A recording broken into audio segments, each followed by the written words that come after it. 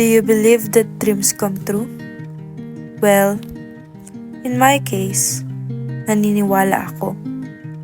Kapag nananaginip ako, sinasabi ko agad sa iba dahil kasabihan dito na kapag hindi mo sinabi, mangyayari ito. Simula pagkabata ko, nakasanayan ko na sinasabi sa best friend ko lahat ng napapanaginipan ko. Meron kasing isang punto na nanaginip ako tungkol sa tita ko na bangga ng kotse at syempre hindi ko sinabi dahil ayoko maparanoid pa si tita. Ayun, nagkatotoo. Sa pangyayaring iyon, napagtanto kong dapat kong sabihin lahat ng napapanaginipan ko para hindi magkatotoo. Simula noon, naiwasan kong mangyari ang mga masasamang napanaginipan ko tulad na lamang ng pag-hold up sa aking kapatid. Sa kabutihang palad, ay wala na akong masyadong napapanaginipan na masama. Akala ko, malaya na ako.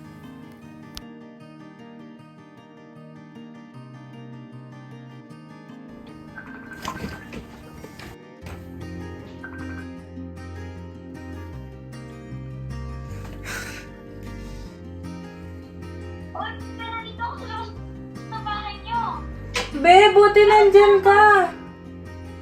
Grabe, guess what? Bakit? Ang lala na naman ang nightmare ko. Papasukin mo muna ako bago may kwento sa kanya. Sige, ito na. Pupunta na ako. Sige.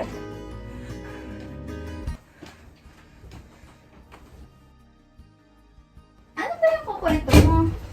Grabe kasi, ang dami ko, di ba? Kanina gumagawa ako ng MPEC. Tapos, Bakit naman kitawan? parang naman nag-iiba about ng ata katulog yun ako. sa 21st.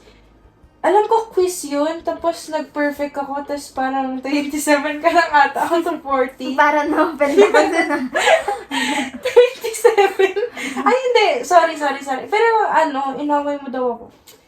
Hindi, okay na. Hindi na magkakatotoo kasi sinabi mo na. Ay, so magkakatotoo talaga yun kung hindi ko sinabi. Bakit naman? Ang tagal-tagal na natin magkaibigan, hindi ko naman naramdaman yan sa'yo. Sa bagay. Baka bad dream lang talaga yan. Hindi yun yung parang magic dreams na nagkakatotoo talaga. Totoo. Napakaswerte ko talaga sa best friend ko. Lagi nakikinig sa lahat ng kwento ko, lalong-lalo na sa panaginip ko. Kasi kung wala siya, lahat ng yon magkakatotoo. Nang isang araw, when I was busy doing our assignments, umuulan ng malakas sa labas. Ang malakas at sunod-sunod na takot ng kulog ang nakadagdag sa takot ko. Bigla pang nag-blackout. Kung minamalas ka nga naman. Sinubukan kong tignan ang cellphone at laptop ko para maglibang pero parehas namang lowbat. Napagdesisyonan ko na lang na matulog para lumipas ang oras. Kaso,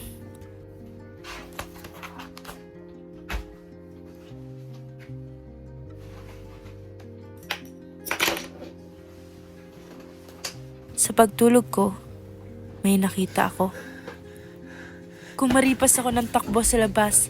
Nagpapasalamat na wala na ang ulan, ngunit wala nang katao-tao dahil lagpas 12:00 na rin.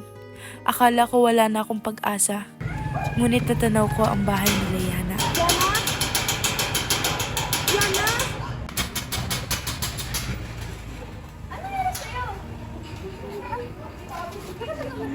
Ano ba nangyari sa panaginip mo?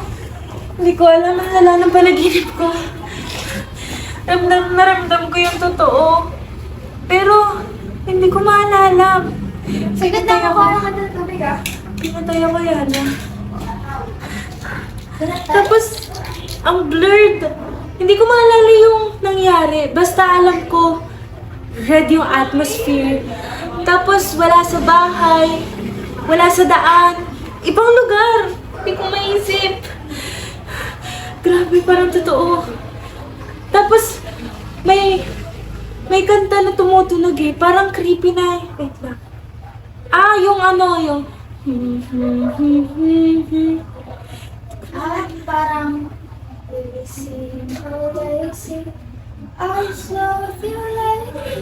Parang parang ganyan. Parang ganyan yung tumutunog. Hindi mo nakita sa panaginip hirap mo nasa loob siya.